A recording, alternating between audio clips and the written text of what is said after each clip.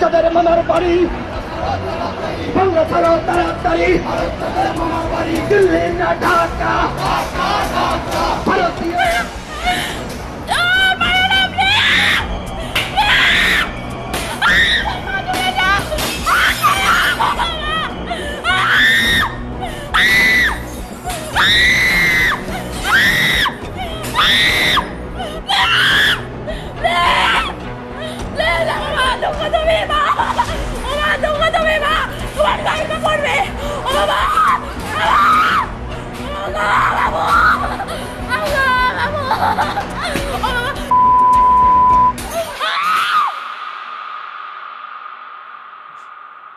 জয় মাতারা। আজকে একটু অন্যরকম ধরনের কথা বলবো, অন্যরকম বিষয় নিয়ে আলোচনা করব, যা সচরাচর আমার রুচির বিরুদ্ধে, তবুও আমি কিন্তু বলতে বাধ্য হচ্ছি। রুচির বিরুদ্ধে কেন বললাম? কোনো রকম কোনো বিতর্কিত মন্তব্য করা আমি পছন্দ করি না, কোনো রকমভাবে কোনো ধর্মকে আঘাত করা আমি পছন্দ করি না, আর আমি এমন কোনো মন্তব্য করবও না যাতে কেউ আমার কথায় আঘাত পায়। কিন্তু তার মানে এই নয় যে সনাতন ধর্মকে কেউ আঘাত করবে বা হিন্দু ধর্মাবলম্বীদেরকে কেউ আঘাত করবে, আমি তার বিরুদ্ধে কোনো প্রতিবাদ করব না। প্রতিবাদ করাটা আমার স্বভাব, অন্যায়ের বিরুদ্ধে আমি প্রতিবাদ করব। কিন্তু কেন এতগুলো কথা বলে রাখলাম আগে? আমি সকলের কাছে ক্ষমা প্রার্থী। হয়তো এই কথা বলতে গিয়ে কিছু কিছু সময় আমার কিছু কিছু বক্তব্যতে কেউ কেউ আঘাত পেতে পারে, তাতে আমি সকলের কাছে ক্ষমা প্রার্থী। কিন্তু যদি কথাগুলিকে যুক্তিসঙ্গত মনে হয় তবে গ্রহণ করবেন, যদি অযুক্তিসঙ্গত মনে হয় তাহলে এটাকে নস্যাৎ করে দেবেন। কিন্তু যা হচ্ছে বর্তমানে সেটা কিন্তু আর নেওয়া সম্ভব হচ্ছে না আমার পক্ষে। এই বিষয় নিয়ে সবাই আগে অনেক আলোচনা করেছে, প্রত্যেকেই আলোচনা করেছে। আমি কিন্তু কোনোদিনও এই বিষয়গুলিকে নিয়ে আলোচনা করিনি। আমার মনে হয়েছে, আমার দৃঢ় বিশ্বাস যে হয়তো সময়ের সঙ্গে সঙ্গে পরিস্থিতিগুলো সব স্বাভাবিক হবে। কিন্তু দেখছি যে না, পরিস্থিতি স্বাভাবিক হচ্ছে না। যত দিন এগিয়ে যাচ্ছে তত ভয়ঙ্কর থেকে ভয়ঙ্করতম হয়ে যাচ্ছে। তার সুযোগ নিচ্ছে কিছু উগ্রবাদীরা। আমার কাছে উগ্রবাদী কেন বলছি, এর থেকে আরও কিছু বলতে পারতাম, কিন্তু তাও বললাম না। কেন উগ্রবাদী বলছি? তারা তাদের ধর্মের প্রতি তাদের একটা গোঁড়ামি দাঁড়িয়ে গেছে। এই গোঁড়ামি থেকে এই চিন্তাভাবনাগুলি আসে, এবং কিছু আসুরিক মনোভাবাপন্ন ব্যক্তিরা এই ধরনের কাজগুলিকে করে থাকে। যারা হিংসা ছড়াতে ভালোবাসে, সেই ধরনের ব্যক্তিরা এই কাজগুলি করবে। খুব ভালো করে চিন্তা করে যদি দেখা যায়, সনাতন ধর্ম বলতে কি বোঝায় আগে প্রথমে বুঝতে হবে। সনাতন শব্দের অর্থ হচ্ছে আদি। এটা নব্য নয়, আজ থেকে 1400-1500 বছর আগেই হয়ে যায়নি। সনাতন শব্দের অর্থ হচ্ছে আদি, প্রথমেই বলে রাখি। এবার আসি আমি মূল কথাতে।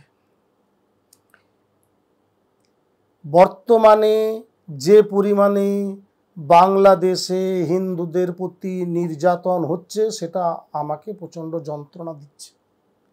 শুধু বাংলাদেশে নয়, পশ্চিমবঙ্গেও হয়েছে, কিন্তু বাংলাদেশে এখন আরও ভয়ঙ্কর করে ভাবে হচ্ছে। আগে তো হয়েছে, তাও আমি কোনো কিছু বলিনি। এর দায় কে নেবে? যে সমস্ত সংখ্যালঘু সম্প্রদায়দের প্রতি যে অত্যাচার, যে নির্মম অত্যাচার, যে ভিডিওগুলিকে দেখেছি আমি, চোখ দিয়ে জল না বেরোলে উপায় ছিল না। বাধ্য হয়েছি আমিও কাঁদতে, বুকটা ফেটে যাচ্ছিল আমার।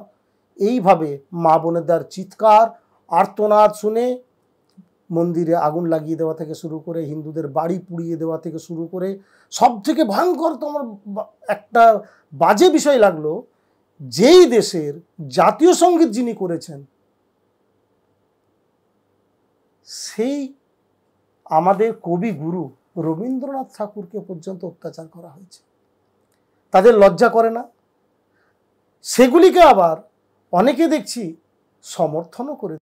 কিছু কিছু ব্যক্তিরা, তাদেরকে আমি উগ্রবাদী ছাড়া অন্য কিছু বলতে পারছি না, তারা আমার কাছে উগ্রবাদী। আন্দোলনটা ছিল ছাত্রদের, কিছু সুবিধাবাদী রাজনৈতিক ব্যক্তিরা এই সুযোগটি নিয়েছে, কিছু সুবিধাবাদী উগ্রবাদী ধর্মীয় সংগঠন তারা সুযোগগুলি নিয়ে পরে এই নির্মম অত্যাচারগুলি করেছে। প্রথম থেকে তো তারা বলে দিয়ে আসছিল যে বাংলাদেশ থেকে হিন্দুদেরকে তাড়িয়ে দেব।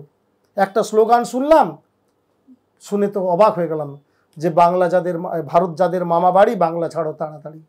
মানেটা কি বোঝাতে চেয়েছে? ঠিক বিপরীতটি যদি বলি, যে বাংলা যাদের মামা বাড়ি, ভারত ছাড়ো তাড়াতাড়ি, শুনতে কেমন লাগবে কথাটি? একটু ঠান্ডা মাথায় চিন্তা করে দেখা উচিত তাদের। আমি জানি না তারা কোন চিন্তা ভাবনায়, কোন মানসিকতায় এই ধরনের কথাবার্তা বলে। আমি বুঝতে পারছি না যে রাহুল আনন্দ এত বড় একজন সঙ্গীত শিল্পী, সে কি অন্যায়টা করেছিল? তার বাড়িটা পোড়ানো হলো কেন? কই একবারও তো তার জন্য তো একটা ভুল, একটা কোনো রকম প্রেস বিজ্ঞপ্তি যে না তাদের এগুলি ভুল হয়েছে এবং এইগুলির থেকে আমাদেরকে বেরিয়ে আসতে হবে, প্রত্যেককে এরকম কোনো মন্তব্য করতে? আমরা প্রত্যেকটি সংখ্যালঘু ভাই বোনেদের যা ক্ষতি হয়েছে সেই ক্ষতিগুলিকে ক্ষতিপূরণ দেওয়া হবে এবং মন্দিরগুলিকে পুনর্নির্মাণ করে দেওয়া হবে এবং যে সমস্ত বিষয়গুলি যা ভাঙচুর হয়েছে বা রবীন্দ্রনাথকে যেভাবে অপমান করা হয়েছে তার জন্য আমরা ক্ষমা প্রার্থী। তার জন্য কোনোরকমভাবে কোনো রকম তো কোনো হেলদোল নেই তাদের কথাবার্তায় কোনো কিছু দেখি না।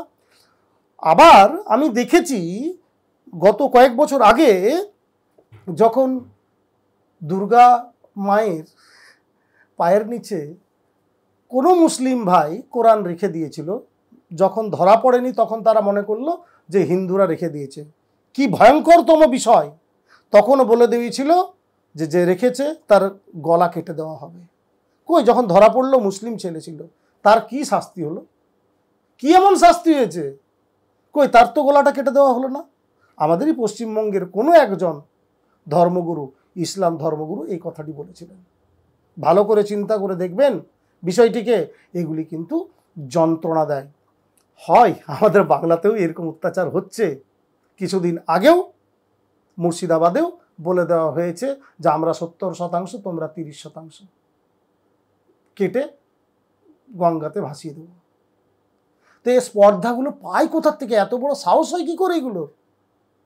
একবারও চিন্তা করেছে যদি এইভাবে হিন্দু যদি জেগে ওঠে তখন কি হবে? কারণ হিন্দুরা চায় না, হিন্দুরা জানে যে আমরা সবাই ভাই ভাই, আমরা কখনোই এইভাবে অত্যাচার করব না, সেটা হিন্দুরা জানে। অত্যাচার সহ্য করে এসছে সেই মোগল সাম্রাজ্য, তার আগের থেকেও ভারতবর্ষকে অত্যাচার করে গেছে বিভিন্ন জায়গা থেকে এসে পড়ে। হিন্দুরা অত্যাচারিত হয়েছে, তাও মুখ বন্ধ করে সহ্য করে এসছে, কারণ কাউকে আঘাত করাটা পছন্দ করে না। কিন্তু সময় পরিবর্তন হচ্ছে, দিন পরিবর্তন হচ্ছে, এবার কিন্তু সবাই জাগছে। কিন্তু আবারও আমি হিন্দুদের ক্ষেত্রেও বলছি, প্রত্যেককে বলছি, তোমাদের ভেতরে এই দলাদলি বন্ধ করো। দেখো, রাজনীতিতে ধর্ম থাকার প্রয়োজনীয়তা আছে, তাতে রাজনীতির উপকার হবে বই অপকার হবে না। কিন্তু যদি ধর্মে রাজনীতি ঢুকে যায় সেটি খুব ভয়ঙ্কর হয়ে দাঁড়িয়ে যাবে। বর্তমানে যেটা হচ্ছে ধর্মে রাজনীতি ঢুকছে, সেটা ঠিক নয়, সেটা প্রত্যেকের জন্য হানিকারক। কিন্তু বারবার বলছি, প্রত্যেকে আমার কথাগুলিকে একটুখানি বোঝার চেষ্টা করুন। প্রত্যেকটি হিন্দু ভাই বোনেদেরও বলবো, এবার সময় হয়েছে নিজেরা রুখে দাঁড়ান। খালি রাস্তায় মিছিল করে স্লোগান দিয়ে খালি বাঁচাও বাঁচাও করলে, চিৎকার করলে হবে না। প্রতিবাদ গড়ে তুলতে হবে, প্রতিরোধ গড়ে তুলতে হবে।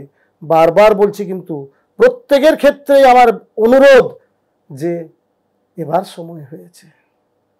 প্রত্যেকটি ধর্মগুরুকেই বলবো নিজেরা নিজেদের কথাবার্তায় সংযত হন। সেটা ইসলাম ধর্মগুরু হন, খ্রিস্টান ধর্মগুরু হন, হিন্দু ধর্মগুরু হন, জৈন ধর্মগুরু হন, বৌদ্ধ ধর্মগুরু হন। প্রত্যেকটি ধর্মগুরুদেরকে বলবো আপনারা নিজেদের কথাবার্তা সম্বন্ধে কিন্তু সচেতন হন।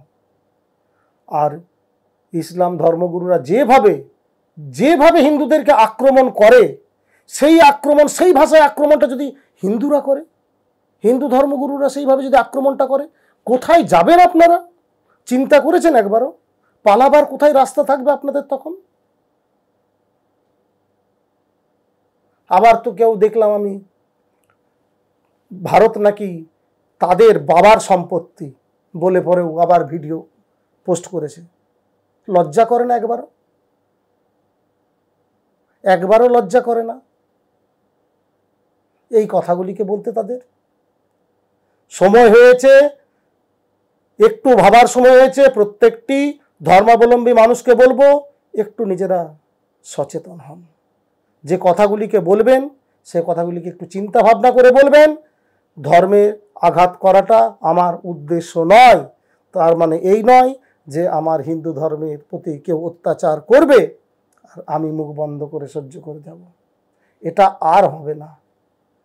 আমি দীর্ঘদিন ধরে বিভিন্ন রকমভাবে মানুষকে বুঝিয়ে এসেছি। আমি বলছি না যে সব মুসলিম ভাইরাই এইরকম। অনেক মুসলিম ভাইরা তো আমার কাছে আসে, অনেকেই তো আসে, কই তাদের তো কোনো অসুবিধা হয় না। আমি তো তাদেরকে বলিনি কখনো যে তোমরা মসজিদে যেও না, তোমরা আমার কাছে এসেছো যখন তোমরা তারা মায়েরই পুজো করো, আমি তো কই বলি না।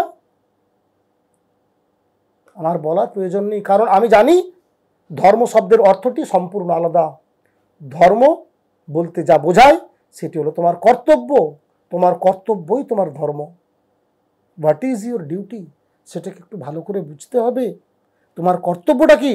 তোমার কর্তব্য কোনো উস্কানিমূলক মন্তব্য করা নয়। তোমার কর্তব্য কোনো মন্দির ভেঙে দেওয়া নয়, কোনো মসজিদ বা গির্জা ভেঙে দেওয়া নয়। তোমার মন্তব্য যে তোমার দেশ থেকে সংখ্যালঘুদেরকে তাড়িয়ে দেওয়া নয়। তোমার কর্তব্য প্রত্যেককে নিয়ে মিলেমিশে একসাথে থাকা। আবার কোনো নেতা মন্ত্রীরা বলে হিন্দু নাকি দুর্ভাগা, লজ্জা করে না তার একবারও বলতে? সে কোন ঘরে জন্ম নিয়েছে, তার পরিবার কিরকম?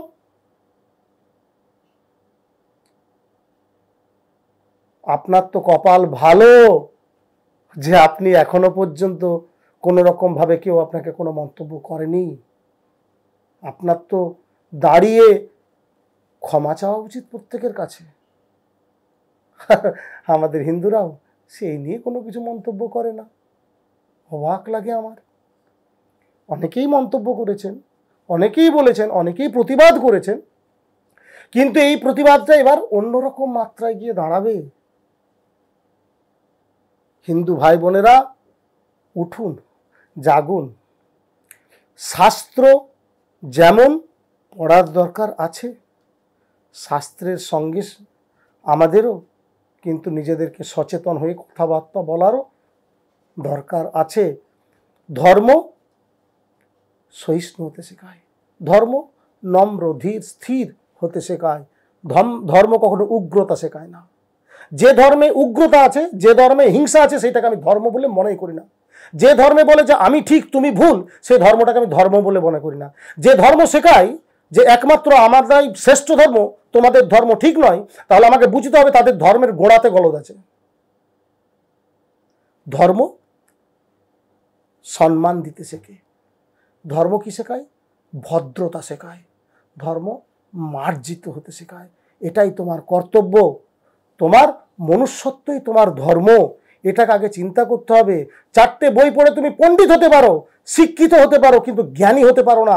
যার কাণ্ড জ্ঞান নেই, যার বিবেক জ্ঞান নেই, যার মনুষ্যত্ব জ্ঞান নেই, তার শাস্ত্র জ্ঞানও কোনো লাভ নেই। ভালো করে চিন্তা করে দেখুন। অনেক তো মুসলিম ধর্মগুরুরা আছেন, তারা কই একবারও তো প্রতিবাদ করলেন না যে যেগুলো হচ্ছে সেগুলো অন্যায় হচ্ছে, এগুলো করা ঠিক নয়। আমি তো কোনো মুসলিম ধর্মগুরুকে দেখলাম না পশ্চিমবঙ্গের বুকে যে না দাঁড়িয়ে পড়ে তারা বলল যে না এটা অন্যায় করছো। ওখানেও বাংলাদেশেও উচিত প্রত্যেকটি সংখ্যালঘুদেরকে সহযোগিতা করা এবং তাদের বাড়িঘরকে সুরক্ষিত রাখা। একটা ভিডিও দেখানো হচ্ছে যে একটা মন্দিরকে 4টা মুসলিম মিলে ফটো দিয়ে, ভিডিও না, পাহারা দিচ্ছে। আমার তো মনে হচ্ছে পাহারা দিচ্ছে নয়, যাতে হিন্দু ভাইরা ঢুকতে না পারে সেইটার ব্যবস্থা করছে। দখল করারও চক্রান্ত হতে পারে। যা দেখে আসছি এর সম্বন্ধে অনেক প্রমাণ দিতে পারি যেভাবে হিন্দুরা অত্যাচারিত হচ্ছে। আমি বলতে চাইনি কখনো, আজকে বলতে কিন্তু আমি বাধ্য হলাম। আমার কথায় কেউ আঘাত পাবেন না। আমি খুব মার্জিত হয়েই কথা বলছি এবং খুব চিন্তা ভাবনা করেই বলছি। নিজেরা একটু সচেতন হন। হিন্দু ভাই বোনেরা উঠুন, জাগুন। আর কতদিন ঘুমিয়ে থাকবেন? স্বামীজি বলছেন না, ওঠো জাগো। হ্যাঁ, আর ঘুমলে চলবে না। এবার সময় হয়েছে প্রতিবাদ গড়ে তোলার, প্রতিরোধ গড়ে তোলার। এগিয়ে চলো, আমি তোমাদের সাথে আছি। ভালো থেকো, আনন্দে থেকো। জয় মা তারা।